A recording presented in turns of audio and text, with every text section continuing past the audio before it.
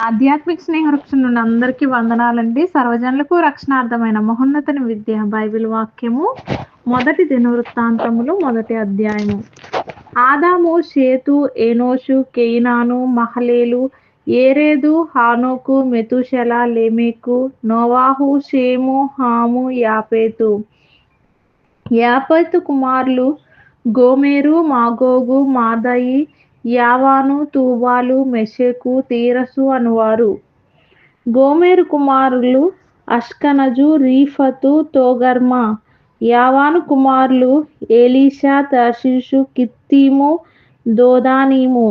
హాము కుమారులు కూషు, మిశ్రాయిము, పూతు, కానాను. కూషు కుమారులు సెబా, హవీలా, సప్తా, రయామా. సప్తక రయామ కుమారులు షెబా, దాదాను. కూషు నిమ్రోదును కనెను. ఇతడు భూమి మీది పరాక్రమశాలుల్లో మొదటివాడు. లూదీయులు, అనామీయులు, లెహాబీయులు, నఫ్తూహీయులు, పత్రూసీయులు, ఫిలిస్తీయుల వంశకర్తలైన కస్లూహీయులు, కఫ్తోరీయులు, మిశ్రాయిము సంతతివారు. కనాను తన జ్యేష్ఠ కుమారుడైన సీదోనును, హేతును కనెను. యెబూసీయులు, అమోరీయులు, గిర్గాషీయులు, హివ్వీయులు, అర్కీయులు, సీనీయులు, అర్వాదీయులు, సెమారీయులు, హమాతీయులు అతని సంతతివారు.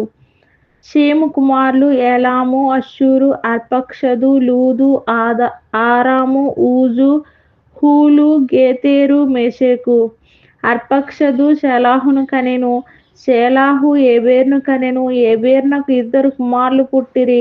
ఒకని దినములలో భూమి విభాగింపబడెను గనుక అతనికి పేలెగు అని పేరు పెట్టబడెను.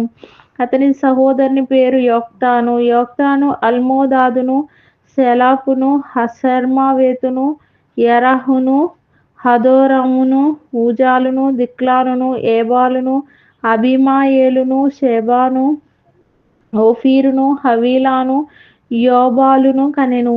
వీరందరును యొక్తాను కుమారులు.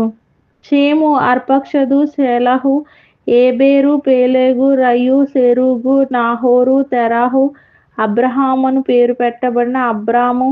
అబ్రహాము కుమారులు ఇస్సాకు, ఇష్మాయేలు.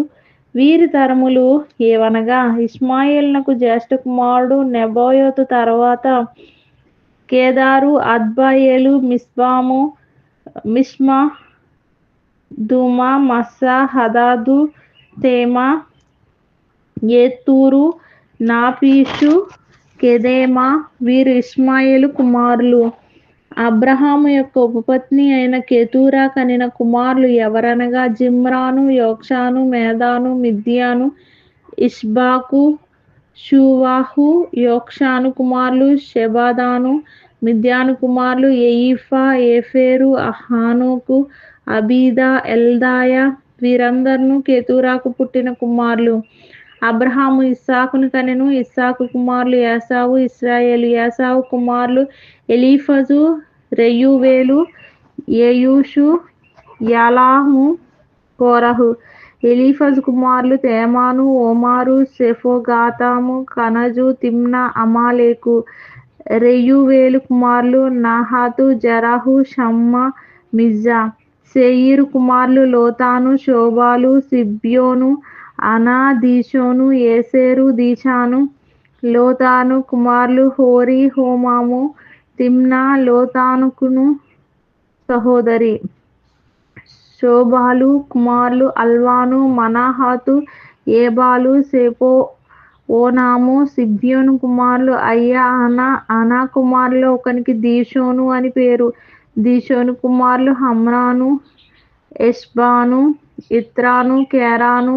ఏసెరు కుమారులు బిల్హాను, జావాను, యహాకాను. దీషాను కుమారులు ఊజు, ఆరాను.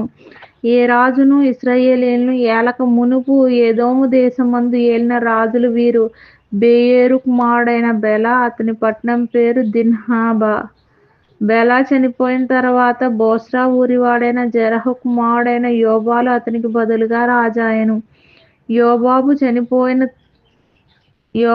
చనిపోయిన తరువాత తేమానీయుల దేశపువాడైన హూషాము అతనికి బదులుగా రాజాయెను. హూషాము చనిపోయిన తరువాత మోయాబు దేశమున మిద్యానీయులను హతం చేసిన బేదేదు కుమారుడైన హదదు అతనికి బదులుగా రాజాయను. ఇతని పట్టణం పేరు ఆవీతు.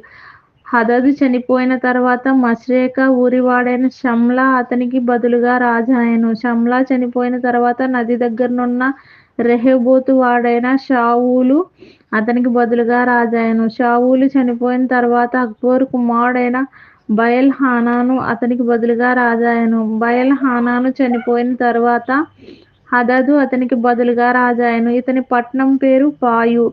ఇతని భార్య పేరు మెహేతబేలు. ఈమె మేజాహాబు కుమార్తె అయిన మత్రేదునకు పుట్టినది.